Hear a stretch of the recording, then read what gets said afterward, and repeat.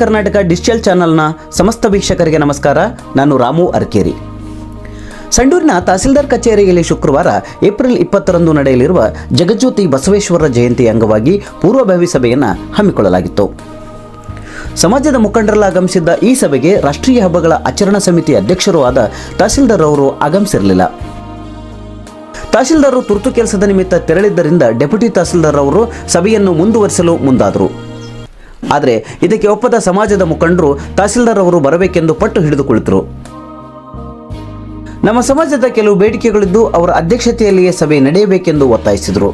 ನಂತರ ತಹಸೀಲ್ದಾರ್ ಅನಿಲ್ ಕುಮಾರ್ ಅವರು ಆಗಮಿಸಿ ಅಧ್ಯಕ್ಷತೆ ವಹಿಸಿ ಸಭೆಯನ್ನು ಮುಂದುವರಿಸಿದರು.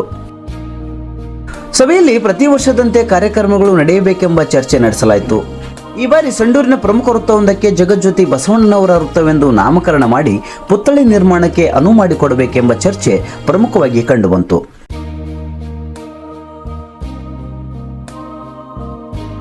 ಈ ಹಿಂದೆ 1972ರಲ್ಲಿ ಸಂಡೂರು ವೃತ್ತವೊಂದಕ್ಕೆ ಬಸವಣ್ಣನವರ ವೃತ್ತವೆಂದು ನಾಮಕರಣ ಮಾಡಲು ಮನವಿಯನ್ನು ಸಲ್ಲಿಸಲಾಗಿದ್ದು, ನಮ್ಮ ಬೇಡಿಕೆಗೆ ತಾಲೂಕು ಆಡಳಿತ ಸ್ಪಂದಿಸಬೇಕೆಂಬ ಒಕ್ಕೂರಿನ ಧ್ವನಿ ಕಂಡುಬಂತು.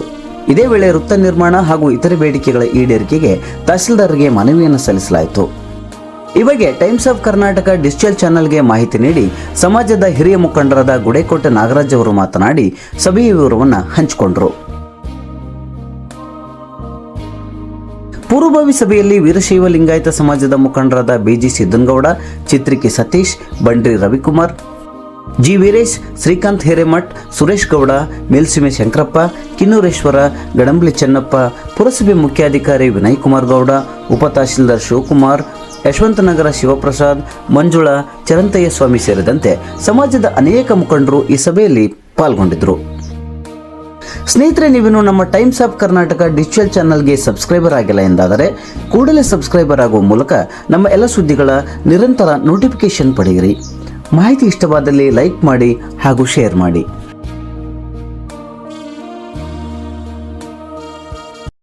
ಬಸವಣ್ಣನವರ ಜಯಂತಿಯ ಕಾರ್ಯಕ್ರಮವನ್ನು ಸಂಡೂರು ತಾಲೂಕಿನಲ್ಲಿ ಮತ್ತು ಸಂಡೂರು ಪಟ್ಟಣದಲ್ಲಿ ಆಚರಿಸಬೇಕು ಅಂತಕ್ಕಂಥ ವಿಷಯಕ್ಕೆ ಸಂಬಂಧಪಟ್ಟ ಹಾಗೆ ತಾಲೂಕು ದಂಡಾಧಿಕಾರಿಗಳು ಹಾಗೂ ರಾಷ್ಟ್ರೀಯ ಹಬ್ಬದ ಸಮಿತಿಯ ಅಧ್ಯಕ್ಷರಾಗಿರ್ತಕ್ಕಂಥ ತಹಸೀಲ್ದಾರ್ ಅವರು ನಮ್ಮ ಸಮಾಜದವರಿಗೆ ವೀರಶೈವ ಲಿಂಗಾಯತ ಸಂಡೂರು ಲಿಂಗಾಯತ ವೀರಶೈವ ಸಮಾಜದವರಿಗೆ ಮಾಹಿತಿಯನ್ನು ನೀಡಿದ್ದರಿಂದ ಆ ಒಂದು ಕರೆಯ ಮೇರೆಗೆ ನಾವು ಈ ಒಂದು ತಾಲೂಕು ದಂಡಾಧಿಕಾರಿಗಳ ಒಂದು ಕಾರ್ಯಾಲಯಕ್ಕೆ ಆಗಮಿಸಿದ್ವಿ. ಅವರು ಹೇಳಿರ್ತಕ್ಕಂಥ ಸಮಯಕ್ಕೆ ಕಾರಣಾಂತರಗಳಿಂದ ನಮ್ಮನ್ನು ಮೀಟಿಂಗ್ ಕರೆದಿರತಕ್ಕಂಥ ಸಮಿತಿಯ ಅಧ್ಯಕ್ಷರೇ ಕಾರ್ಯಾಲಯದಲ್ಲಿ ತಹಸೀಲ್ದಾರ್ ಅವರು ಇರಲಿಲ್ಲ. ಸೊ ಅವರು ಡೆಪ್ಯೂಟಿ ತಹಸೀಲ್ದಾರ್ ಅವರಿದ್ದರು. ತಹಸೀಲ್ದಾರ್ ಅವರು ಬೇರೆ ಕಾರ್ಯಕ್ರಮಗಳಿಗೆ ಹೋಗಿದ್ದಾರೆ ಅನ್ನೋ ಕಾರಣಕ್ಕೆ ತಿಳಿಸಿದ ಮೇಲೆ ನಾವು ಅವರು ಬರೋವರೆಗೂ ಕಾಯ್ತೀವಿ. ಯಾಕೆ ಅಂತ ಹೇಳಿದ್ರೆ ಮುಖ್ಯವಾಗಿರ್ತಕ್ಕಂಥ ಅಂಶಗಳನ್ನು ನಾವು ಅವರ ಹತ್ರ ಚರ್ಚೆ ಮಾಡಬೇಕಾಗಿದೆ. ಸರ್ಕಾರ ಅವ್ರನ್ನ ಸಾಂಸ್ಕೃತಿಕ ನಾಯಕ ಅಂತ ಘೋಷಣೆ ಮಾಡೋದ್ರಿಂದ ಯಾವ ರೀತಿಯ ಸಾಂಸ್ಕೃತಿಕ ಕಾರ್ಯಕ್ರಮಗಳನ್ನು ತಾವು ಆಯೋಜನೆ ಮಾಡಿದಿರಿ ಅನ್ನೋದನ್ನು ನಾವು ವಿಚಾರಣೆ ಮಾಡಬೇಕಾಗಿತ್ತು. ಯಾಕಂತ ಹೇಳಿದ್ರೆ ಹಲವಾರು ಜಯಂತಿಗಳಲ್ಲಿ ಹಲವಾರು ರೀತಿಯ ಒಂದು ಕಾರ್ಯಕ್ರಮಗಳಿರ್ತವೆ. ಆದರೆ ಸಾಂಸ್ಕೃತಿಕ ನಾಯಕನ ಒಂದು ಜಯಂತಿ ವಿಶೇಷವಾಗಿ ನಾವು ಸಾಂಸ್ಕೃತಿಕ ಕಾರ್ಯಕ್ರಮದ ಮುಖಾಂತರ ಮಾಡಬೇಕಾಗಿದೆ ಅನ್ನೋ ಕಾರಣಕ್ಕೋಸ್ಕರ ಅದರ ಬಗ್ಗೆ ಚರ್ಚೆ ಆಗಿದೆ. ಸೊ ಆ ಚರ್ಚೆಯಲ್ಲಿ ತಹಸೀಲ್ದಾರ್ ಅವರು ನಮ್ಮ ಸಮಾಜದ ಅಧ್ಯಕ್ಷರ ಹಿರಿಯರ ಎಲ್ಲ ಅಭಿಪ್ರಾಯಗಳನ್ನು ಮತ್ತು ಬಂದಿರತಕ್ಕಂಥ ದೈವದವರ ಮಾಹಿತಿಯನ್ನು ತೆಗೆದುಕೊಂಡಿದ್ದಾರೆ. ಪ್ರಥಮವಾಗಿ ಬಸವ ಜಯಂತಿಯನ್ನು ಬೆಳಿಗ್ಗೆ 8 ಗಂಟೆಯಿಂದ ನಾವು ಸಂಡೂರು ವಿರಕ್ತ ಮಠ ಮತ್ತು ವೀರಭದ್ರೇಶ್ವರ ದೇವಸ್ಥಾನದಿಂದ ಪ್ರತಿ ವರ್ಷ ಮಾಡಿದಂತೆ ಈ ವರ್ಷವೂ ಕೂಡ ನಾವು ಭಾವಚಿತ್ರ ಮೆರವಣಿಗೆ ಮತ್ತು ಬಸವ ಜಯಂತಿಯ ಪ್ರಯುಕ್ತ ನಡೆಸತಕ್ಕಂಥ ಸಾಂಸ್ಕೃತಿಕ ಕಾರ್ಯಕ್ರಮ ಜೋಡೆತ್ತುಗಳ ಮೆರವಣಿಗೆಯನ್ನು ವಿಶೇಷವಾಗಿ ಆಯೋಜನೆ ಮಾಡಿಕೊಂಡಿರ್ತೇವೆ. ಆದರೆ ಈ ವರ್ಷ ಸಾಂಸ್ಕೃತಿಕವಾಗಿ ಕೆಲವೊಂದು ಭಾವಚಿತ್ರಗಳನ್ನು ರೂಪಕಗಳನ್ನು ಮಾಡಬೇಕು ಅಂತಕ್ಕಂಥ ಒಂದು ಅಭಿಪ್ರಾಯವನ್ನು ವ್ಯಕ್ತಪಡಿಸಿದ್ದರಿಂದ ಸಲಹೆ ಸೂಚನೆಗಳು ಬಂದಿದ್ದರಿಂದ ಸಂಡೂರಿನ ಅಕ್ಕನ ಬಳಗದವರಿಗೆ ಅವ್ರನ್ನ ನಾವು ಕೋರೋಣ, ಅವ್ರಿಗೆ ರಿಕ್ವೆಸ್ಟ್ ಮಾಡೋಣ, ಏನಾದರೂ ಸಾಂಸ್ಕೃತಿಕ ಕಾರ್ಯಕ್ರಮಗಳನ್ನು ಮಾಡಬೇಕು ಅಂತ ತೀರ್ಮಾನ ಮಾಡಿದ್ದಾರೆ.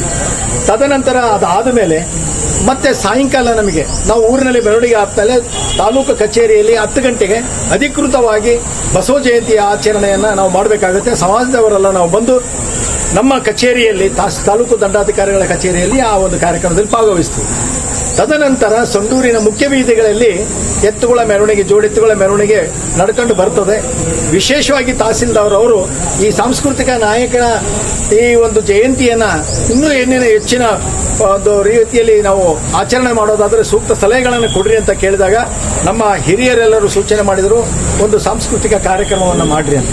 ಆ ಕಾರಣಕ್ಕೋಸ್ಕರ ಬಸವಣ್ಣನವರು ಈ ಮನುಕುಲಕ್ಕೆ ಯಾವ ರೀತಿಯಾಗಿ ಬದುಕು ನಡಿಬೇಕು ಅನ್ನೋ ರೀತಿಯಲ್ಲಿ ಆ ಶರಣರ ಚಳವಳಿಯನ್ನ ಏನಿತ್ತಲ್ಲ, ಸಮುದಾಯ ಚಳವಳಿಯನ್ನ ಏನು ರೂಪಿಸಿದ್ರು, ಆ ಶರಣರ ರೂಪಕಗಳನ್ನ ಅಥವಾ ನಾಟಕಗಳನ್ನ ಆಯೋಜನೆ ಮಾಡಬೇಕಾದಂತ ಒಂದು ಅವಶ್ಯಕತೆ ಇದೆ ಅಂತೇಳಿ ಒಂದು ನಿರ್ಣಯವನ್ನು ಕೈಗೊಂಡಿದ್ದಾರೆ. ಆ ದಿಸೆಯಲ್ಲಿ ತಹಸೀಲ್ದಾರ್ ಅವರು ಪೂರಕವಾಗಿ ಸ್ಪಂದಿಸಿ, ಇಲ್ಲ ತಾವು ಎಲ್ಲ ಪ್ರಯತ್ನ ಮಾಡಿ ನಮ್ಮ ಆಡಳಿತ ವತಿಯಿಂದ ಏನೇನೆಲ್ಲ ಸಹಕಾರ ಕೊಡಬೇಕು ನಾವು ಮಾಡೋಣ, ಸಾಂಸ್ಕೃತಿಕ ನಾಯಕನ ಜಯಂತಿಯನ್ನು ಯಶಸ್ವಿ ಮಾಡಿ ಅಂತ ಹೇಳಿದರೆ, ಸೊ ಆ ದಿಸೆಯಲ್ಲಿ ಆ ಒಂದು ಕಾರ್ಯಕ್ರಮವನ್ನು ಸಾಯಂಕಾಲ ಸಾಂಸ್ಕೃತಿಕ ಕಾರ್ಯಕ್ರಮವನ್ನು ವಿರಕ್ತ ಮಟ್ಟದಲ್ಲಿ ಅಥವಾ ನಾವು ಒಂದು ಸ್ಥಳವನ್ನು ನಮ್ಮ ಸಮಾಜದವರು ನಿರ್ಣಯ ಮಾಡ್ತಾರೆ, ಎಲ್ಲಿ ಸೂಕ್ತ ಆಗ್ತದೆ ಆ ಕಾರ್ಯಕ್ರಮವನ್ನು ನಾವು ಮಾಡ್ತೇವೆ. ಸಾಯಂಕಾಲ ನಾಟಕ ಅಥವಾ ವಚನಗಳ ಗಾಯನ ಎಲ್ಲ ಒಂದು ಕಾರ್ಯಕ್ರಮವನ್ನು ಮಾಡ್ತೇವೆ. ಈ ಸಂದರ್ಭದಲ್ಲಿ ನಮ್ಮ ಸಮಾಜದ ಹಿರಿಯರು ತಾಲೂಕು ದಂಡಾಧಿಕಾರಿಗಳ ಗಮನಕ್ಕೆ ತಂದಿದ್ದೇನಂತ ಹೇಳಿದ್ರೆ, ಸುಮಾರು 45-50 ವರ್ಷಗಳಿಂದನೂ ನಮ್ಮ ಸಂಡೂರಿನ ಮುಖ್ಯವಾದಂಥ ಸರ್ಕಲ್ಗಳಲ್ಲಿ, ಮುಖ್ಯವಾಗಿರ್ತಕ್ಕಂಥ ಸರ್ಕಲ್ನಲ್ಲಿ ಬಸವಣ್ಣನವರ ಒಂದು ಹೆಸರನ್ನು ನಾಮಕರಣ ಮಾಡಬೇಕು. ಆ ನಾಮಕರಣಗೊಂಡಿರ್ತಕ್ಕಂಥ ಒಂದು ವೃತ್ತಕ್ಕೆ ಬಸವ ವೃತ್ತ, ಬಸವ ಸರ್ಕಲ್, ಬಸವ ವೃತ್ತ ಅಂತೇಳಿ ಆ ಒಂದು ಬಸವ ವೃತ್ತದಲ್ಲಿ ನಾವು ಅವರ ಒಂದು ಪುತ್ಥಳಿಯನ್ನ ನಾವು ಮಾಡಬೇಕು ಅಂತಕ್ಕಂಥದ್ದು ಈಗ ನಾವು ಬಹಳ ಒತ್ತಡ ತರ್ತಾ ಇದ್ವಿ. ಯಾಕಂತ ಹೇಳಿದ್ರೆ ಬಸವಣ್ಣನವರ ಪುತ್ಥಳಿಯನ್ನ ಬರೀ ಇಂಗ್ಲೆಂಡ್ನಲ್ಲಿ ಅಷ್ಟೇ ಅಲ್ಲ, ನಮ್ಮ ಪಾರ್ಲಿಮೆಂಟ್ನಲ್ಲಿ ಅಷ್ಟೇ ಅಲ್ಲ, ಅಮೆರಿಕಾದಲ್ಲಿಯೂ ಕೂಡ ಅವರ ಪುತ್ಥಳಿಯನ್ನು ಮಾಡಿ ಬಸವ ದಿನ ಅಂತ ರಜವನ್ನು ಘೋಷಣೆ ಮಾಡಿದ್ದಾರೆ. ವಿಶೇಷವಾಗಿ ನಮ್ಮ ಮುಖ್ಯಮಂತ್ರಿಗಳು ಕಲ್ಯಾಣ ಕರ್ನಾಟಕದ ರೂವಾರಿಯಾಗಿರ್ತಕ್ಕಂಥ ಬಸವಣ್ಣನವರನ್ನ ಕಲ್ಯಾಣದ ಬಸವ, ಸಾಂಸ್ಕೃತಿಕ ನಾಯಕ ಅಂತೇಳಿ ಘೋಷಣೆ ಮಾಡಿದ್ದಾರೆ. ಬಹುಶಃ ತಮಗೆ ಗೊತ್ತಿದೆ, ಸಾಂಸ್ಕೃತಿಕ ನಾಯಕ ಅಂತೇಳಿ ಯಾರನ್ನೂ ಘೋಷಣೆ ಮಾಡಿಲ್ಲ, ಅದನ್ನು ಬಸವಣ್ಣ ಅಂತೇಳಿ ಮಾಡಿದ್ದಾರೆ. ಅಂತವರ ಜಯಂತಿಯ ದಿವಸ ಆ ಬಸವ ಸರ್ಕಲ್ ಉದ್ಘಾಟನೆ ಆಗಬೇಕು ಅಂತೇಳಿ ಪುರಸಭೆಯ ಮುಖ್ಯಾಧಿಕಾರಿಗಳಿಗೆ ನಿರ್ದೇಶನ ನೀಡ್ರಿ ಅಂತಕ್ಕಂಥ ಒಂದು ಮನವಿಯನ್ನು ನಾವು ಮಾಡಿದ್ದೇವೆ. ನಮ್ಮ ಹಿಂದೆ ಹಿರಿಯ ಪುರಸಭಾದ ಎಲ್ಲ ಸದಸ್ಯರುಗಳು ಮತ್ತು ಕಮಿಟಿಯವರು ನಿರ್ಣಯ ಕೈಗೊಂಡರೂ ಕೂಡ ಆ ಸರ್ಕಲ್ ಅನ್ನ ಬಸವ ಸರ್ಕಲ್ ಅಂತ ಮಾಡಿಲ್ಲ. ಯಾಕೆ? ಬಸವಣ್ಣನವರ ಬಗ್ಗೆ ನಿರ್ಲಿಪ್ತವಾಗಿರ್ತಕ್ಕಂಥ ಧೋರಣೆ ಅದು ಖಂಡನೀಯ. ಇಲ್ಲಿಯವರೆಗೆ ಬಸವಣ್ಣನವರು ನಾವೆಲ್ಲ ಬಂದು ಕೇಳಿಕೊಂಡು ಬಸವಣ್ಣನ ಹೆಸರಿಡ್ರಿ ಅಂತ ಕೇಳೋದು ಬೇಕಾಗಿಲ್ಲ. ಸಾಂಸ್ಕೃತಿಕ ನಾಯಕ ಅಂತ ಬಸವಣ್ಣನಲ್ಲಿ ಹೇಳಿದ ಮೇಲೆ ನೀವು ಬಸವ ಸರ್ಕಲ್ ಅಂತ ಮಾಡ್ಲಿಕ್ಕೆ ನಿಮಗಾಗಿರ್ತಕ್ಕಂಥ ತೊಂದರೆ ಏನು? ಸೊ ಜನರಲ್ಲಿ ಒಂಥರ ಜಿಜ್ಞಾಸೆ ಉಂಟಾಗ್ತಾ ಇದೆ. ಇನ್ನು ಮುಂದೆ ಆದ್ರೂ ಆಡಳಿತ ವರ್ಗದವರು, ತಹಸೀಲ್ದಾರ್ ಅವರು, ಅವರ ಒಂದು ಆಡಳಿತದ ವೈಖರಿ ತುಂಬಾ ಚೆನ್ನಾಗಿದೆ ಅಂತಕ್ಕಂಥ ಅಭಿಪ್ರಾಯದಲ್ಲಿ ಅವ್ರ ಕಡೆಯಿಂದ ನಾವು ಇದನ್ನು ಎಕ್ಸ್ಪೆಕ್ಟ್ ಮಾಡ್ತಾ ಇದ್ದೀವಿ. ಅವರು ಇದನ್ನ ಇಂಪ್ಲಿಮೆಂಟ್ ಮಾಡಬೇಕು. ನಮಗೆ ಸಂಡೂರಿನ ಮುಖ್ಯವಾಗಿರ್ತಕ್ಕಂಥ ಸರ್ಕಲ್ ಏನಿದೆ ಅದು ಬಳ್ಳಾರಿ, ಹೊಸಪೇಟೆ, ಕೂಡ್ಲಿಗಿ ಮತ್ತು ಸಂಡೂರಿನ ಮುಖ್ಯ ಬೀದಿಗೆ ಹೋಗ್ತಕ್ಕಂಥ ಸರ್ಕಲ್ಗೆ, ಆ ಸರ್ಕಲ್ಗೆ ಆ ಹೆಸರನ್ನ ಇಡಬೇಕು.